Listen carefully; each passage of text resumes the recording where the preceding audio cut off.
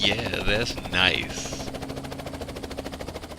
What's up, guys? It's RevJ again. Hopefully you watched the first Rebuild Everything video where we did the damage assessment to the truck there in the garage, and I looked a little bit at kind of trying to save some of the fuel system parts, pulling off some of those fittings, took a look at the pump a little bit there. Still haven't thrown it on a battery yet to test it, having some other stuff going on. So also, hopefully you checked and saw that little micro update I did on Instagram where I was pulling some of the wiring out the back, and it's bright, so excuse me if I'm squinting here. If you didn't check out that, you definitely got to go and check out my Instagram for those micro updates on what's going on with the Rebuild Everything series, as well as some of the other stuff that's getting rebuilt and worked on sort of aside from this. So, wanted to do another short one today. I got a break in the weather. It's been raining the last couple days. And take a look a little bit. We got the bed behind me, and I showed you guys this thing before. It's, you know, pretty well screwed up. However, right here is the original driver's side fender, and it's got some bowing to it. Right here you can see the paint cracked, but if you still look at the majority of it, didn't really take drastically too much damage that I can see. And now it's possible there's something I can't see. Looked at a little bit on the inside. I took the initial supports off. So today I think we're just going to go ahead and make a little bit of progress here and just do a short one. I'm going to pull off this fender, make sure, kind of do a damage assessment on what's up with that. The other fender, I mean, I'm probably not even going to pull this thing off. Well, not at least right now. It is pretty well wrecked. The rest of this, you know, most of that's not worth keeping. I'll keep the support probably, but, you know, it's bent up in there.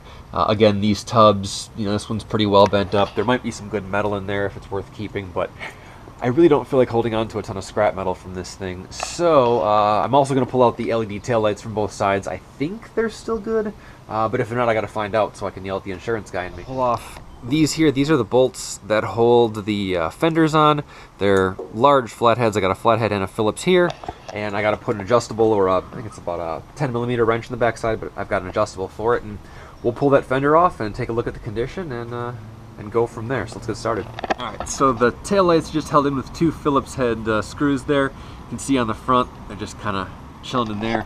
If we take a look on the inside, it's kind of ugly because it's a modified cup Frenched in there, but there's the two screws from the backside. There's the wiring clips, which thankfully didn't get damaged. And the ground is on one of the bolts for the fender, so that'll have to come off too. So let's start by pulling those screws out. We can take the initial part of the lens off, and then we'll come back here and start to pull these out, and then we can work on the fender bolts all the way down.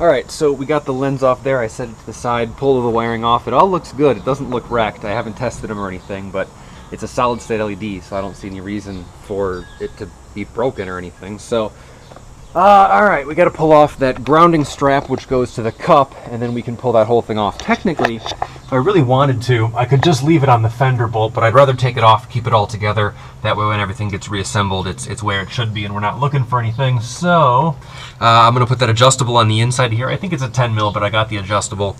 And I'll throw the flathead on from the other side and we'll start unscrewing them.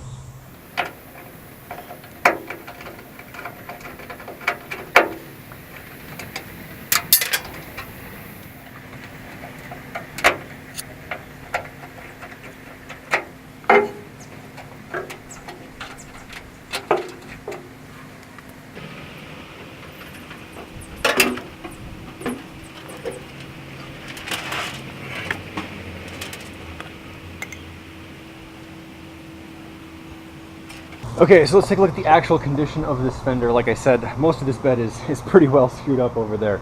But thankfully this thing doesn't look quite as bad. We pulled that taillight out here. Let me grab that. Pulled the taillight out here.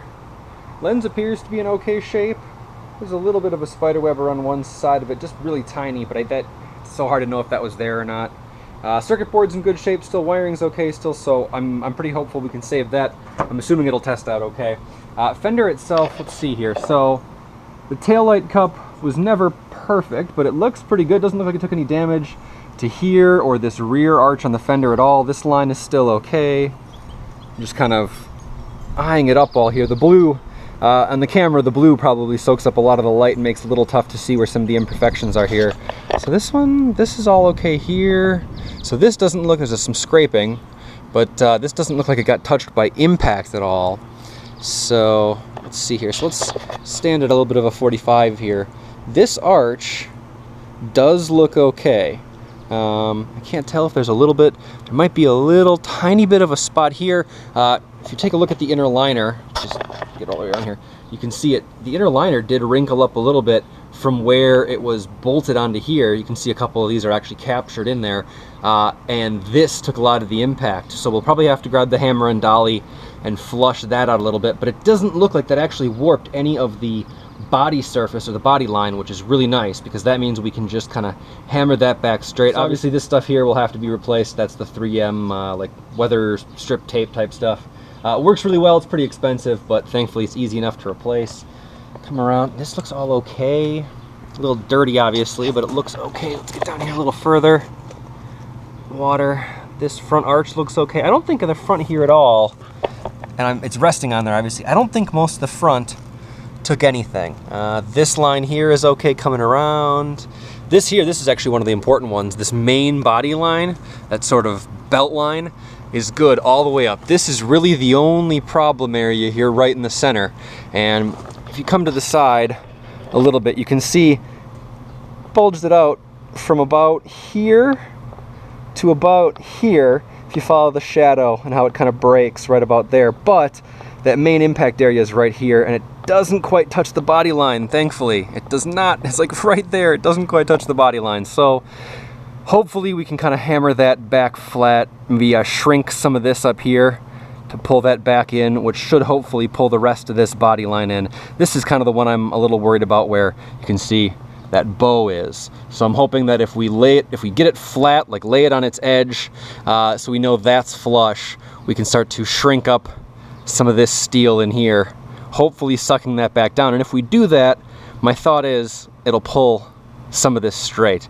I am by no means an expert body man. Sandwiches does a lot more of the body hammering than I do, but I do some of it. I do most of the welding and fab stuff, but and a little bit of rust from sitting out there. But I mean, that'll have to be sanded and reprimed and stuff anyway. Probably the whole thing will have to get refinished. But kind of look at it from this angle. There you go. You can see, you know, actually that's probably the beginning of that ding a little bit right here where it bumped out. Yeah, so right about there, you can see that kind of just bows here to right about there. So hopefully we can just line that back up here. Let's take a look at the inside. These are those struts I was talking about. This one here is still bolted on, which is fine, didn't break or anything. A bunch of the old rubberized undercoating that I don't remember being in here is still in here. So I'll go ahead and pull a bunch of that out. Some of that might just even be road grime too. I'll pull a bunch of that back out while we have the fender off. You can see got some tire on there. I was having fun with it at some point. There's the dings in the seam that I talked about from the outside. Those can hopefully just get hammered straight. Not too worried about those.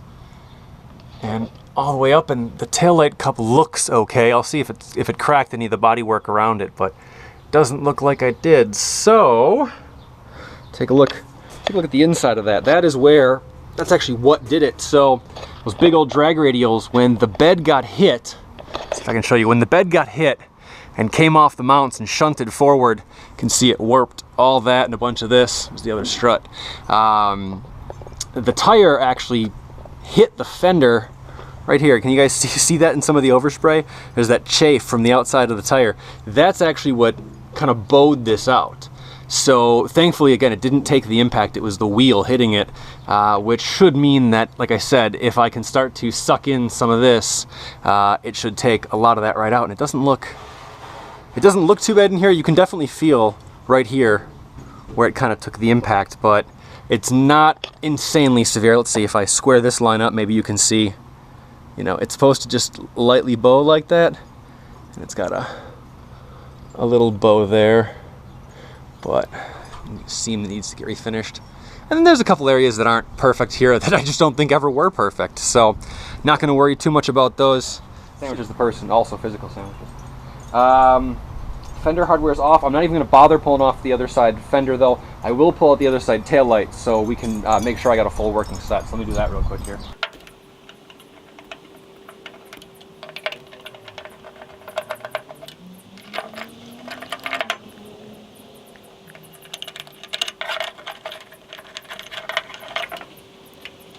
Perfect. It's gray all day, just glare, and now it's like 90 and bright direct sun. So I got the fender off. It's sitting kind of on the other side of the C10 here on that side.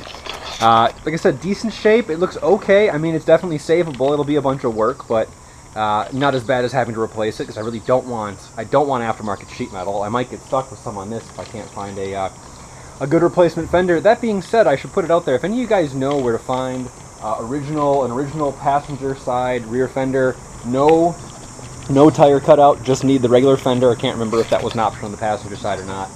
And it's got to have the reverse light option. I don't want to have to cut them in. It needs to have that little bulge. Of course, my beverage is here. That little bulge for the reverse lights. That was the difference in the, I believe it was 4, 5, and 6, or for sure the 65 and 66 when the reverse lights became an option. So if you know where to find one of those, let me know. If you know where to find a whole bed, let me know. I will gladly take suggestions or anybody looking to get rid of that stuff. You got to be in the Midwest. I'm in Wisconsin, so you got to be in Wisconsin or Illinois or maybe Indiana or Minnesota if it's a really good shape. So yeah, guys, like I said, I pulled those braces off. I pulled the fenders off. The stuff looks savable. It'll need a bunch of work, but it's savable. Tail lights are off. Those look okay again too. I got to test them, but the wiring held out and stuff. You know, a bunch of little hardware is going to have to be replaced. My tailgate chains are probably going to have to be replaced. My cables, this one's kind of pulled apart at the end there from when the tailgate got hit. So those might need to get redone too. Just still kind of in the deconstruction phase. Lots of little stuff like that. Just kind of deconstruction and damage assessment. So thanks for watching, guys. Like I said, if you didn't check out the first Repair Everything video, please go do that. It'll explain a little more about what's going on with this series. Check out my Instagram at rev_j_hd. Check out the micro updates and stuff like that. I actually just put one up while I was filming this, so it'll fill in some of the other stuff, and I might do Instagram stories too, depending on kind of how this goes. So that's it for now, guys. Fender savable, tail lights are savable, chains, who knows? This fender, definitely not. Rest of the bed, most likely not. So still dealing with some insurance stuff. Lots more rebuild everything on this piece of crap, the Blazer, that needs all sorts of work. Got a couple of lines on different things to replace it with, possibly. And as always, ever-developing stuff kind of on all the other sides of stuff, which I'm not going to get into. So, that's it for now, guys. Thanks for watching. Check out all the other videos. I'll put links to those up here somewhere. Social media is on the screen. Yada, yada, yada.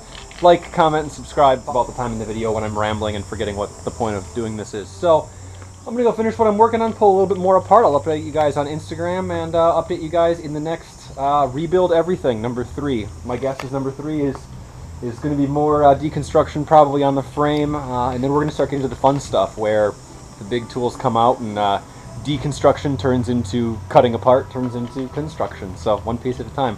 Like, comment, and subscribe. Thanks for watching, guys. We'll see you next time.